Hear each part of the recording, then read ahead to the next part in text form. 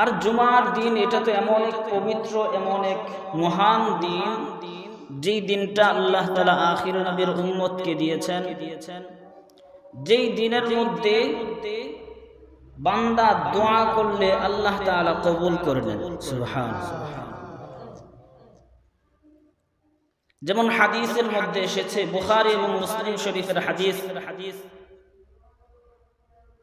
আরবের মাঝে একদিন এক সময়ে এসে অনাবৃষ্টি দেখা দিল। অনাবৃষ্টির কারণে ফসলগুলো মারা যাচ্ছিল, মরে যাচ্ছিল। গবাদি পশুগুলো পানির অভাবে মারা যাচ্ছিল। এভাবে মানুষও কষ্টের মধ্যে পড়ে গেল। নবীজি সাল্লাল্লাহু আলাইহি ওয়াসাল্লাম খুতবার জন্য যখন মিম্বরে উঠলেন, তো এবার এক লোক আসলো, এসেই নবীজিকে এসে বলতে লাগলো, ইয়া রাসূলুল্লাহ, ইয়া হাবিবাল্লাহ, অনাবৃষ্টির কারণে আমাদের গবাদি পশুগুলো পিপাসায় মারা যাচ্ছে, আমাদের ফসলগুলো সব নষ্ট হয়ে যাচ্ছে। আপনি একটু দোয়া করেন আল্লাহর কাছে, যেন আল্লাহ তাআলা বৃষ্টি দিয়ে আমাদেরকে হেফাজত করেন। এবার আল্লাহর রাসূল ওই অবস্থায় হাত দুইটা আল্লাহর কাছে উঠাইলেন, আসমানের দিকে হাত দুইটা উঠিয়ে আল্লাহর রাসূল দোয়া করলেন, আল্লাহুম্মা আসকিনা, আল্লাহুম্মা আসকিনা, আল্লাহুম্মা আসকিনা। ওগো আল্লাহ, আমাদেরকে বৃষ্টি দাও, ওগো আল্লাহ, আমাদেরকে বৃষ্টি দাও, আমাদেরকে বৃষ্টি দাও। বর্ণনাকারী বলেন যে আল্লাহর রাসূল হাত দুইটা উপরে উঠিয়ে দোয়া করছেন, হাত দুইটা নিচে নামানোর আগেই বৃষ্টি শুরু হয়ে গেছে। বর্ণনাকারী বলেন, জুমার দিন আল্লাহর রাসূলের দোয়ার বরকতে বৃষ্টি শুরু হয়েছে। জুমার দিন বৃষ্টি হয়েছে, শনিবার দিন বৃষ্টি হয়েছে, রবিবারও বৃষ্টি হয়েছে, সোমবারেও বৃষ্টি হয়েছে, মঙ্গলবারেও বৃষ্টি হয়েছে, বুধবারেও বৃষ্টি হয়েছে, বৃহস্পতিবারেও আবার বৃষ্টি হয়েছে, শুক্রবার এর পরবর্তী শুক্রবারে যখন বৃষ্টি হচ্ছে। আর আবার একজন লোক আল্লাহর রাসূল যখন মিম্বরের মধ্যে দাঁড়াইলেন, আরেকজন এসে বলতেছে, ইয়া রাসূলুল্লাহ, অতি বৃষ্টির কারণে আমাদের সবকিছু ধ্বংস হয়ে যাচ্ছে, নষ্ট হয়ে যাচ্ছে, একটু দোয়া করেন আল্লাহ তাআলা যেন বৃষ্টিটা বন্ধ করে দেয়।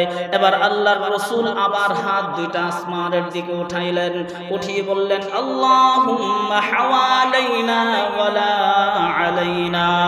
ওগো আল্লাহ, বৃষ্টি দাও, তবে আমাদের উপর নয়, আমাদের আশেপাশে যেখানে প্রয়োজন, বনভূমি, পাহাড় পর্বত, যেখানে বৃষ্টির প্রয়োজন সেই অঞ্চলে তুমি বৃষ্টি দাও। আল্লাহর রাসূল দোয়া করছেন।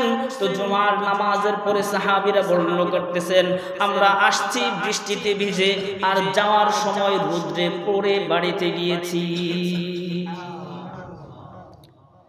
এজন্য এই জুমার দিনটা অনেক বরকতময় দিন, অনেক কল্যাণকর একটা দিন। এই দিনে দোয়া কবুল হওয়ার একটা দিন। আরেক হাদিসে আল্লাহর রাসূল ইরশাদ করেন, জুমার দিনের আলোচনা করতে গিয়ে আল্লাহর রাসূল বলেন যে ফিহি সাআহ, এই জুমার দিনের মধ্যে এমন একটা সময় আছে, মা মিন আবদিন মুসলিমিন লা ইউয়াফিকুহা قائم يصلي يسأل الله شيئا إلا أعطاه إياه। আল্লাহর রাসূল বলেন, জুমার দিনের ওই সময়টাতে যদি কোনো বান্দা ওই সময়টা পেয়ে যায় আর নামাজের অপেক্ষায় থেকে আল্লাহর কাছে যা কিছু চায়, আল্লাহ তাআলা তাই ওই বান্দাকে দান করেন। রাবি আব্দুল্লাহ ইবনে আব্বাস রাদিয়াল্লাহু তাআলা আনহুমা বলেন যে এই সময়টা অতি অল্প সময়। আর এই সময়টা কোন সময়? এই সময়টা হলো আসরের পরে মাগরিবের আগের সময়টা। মাগরিবের যত কাছাকাছি হবে দোয়া কবুলের সময়টা তত সম্ভাবনা বেশি হয়ে যায়।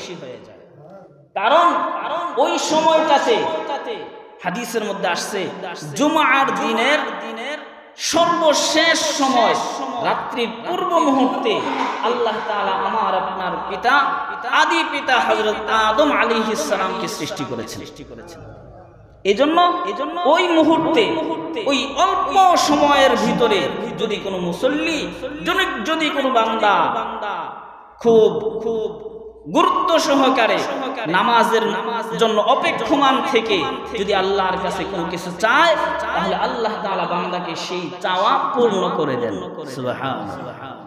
এজন্য আমরা এই জুমার দিনে এই একটা বিষয় খেয়াল করি যে আমরা অন্যান্য দিন যাই করি নাকি কেন, জুমার দিন একটু 10 মিনিট আগে মসজিদে চলে আসব, মাগরিবের 10 মিনিট আগে চলে এসে একটু দোয়া করব আল্লাহ তাআলার কাছে, তাহলে আমার এই দোয়ার বরকতে হয়তো আল্লাহ তাআলা আমার অনেক প্রয়োজন মিটিয়ে দিবেন।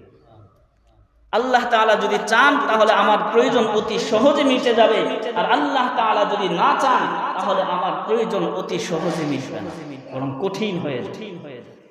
এই জন্য আমরা এই জুমার দিনকে গনিমত মনে করব এবং জুমার দিনকে সময়টা কাজে লাগানোর চেষ্টা করব।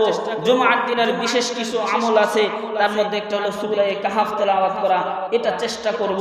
এরপরে দুরূদ শরীফ বেশি বেশি পাঠ করা জুমার দিনে, এটা আমরা বেশি বেশি করতে পারি। আল্লাহ তাআলা আমাদের সকলকে আমল করার তৌফিক দান করেন, আমিন।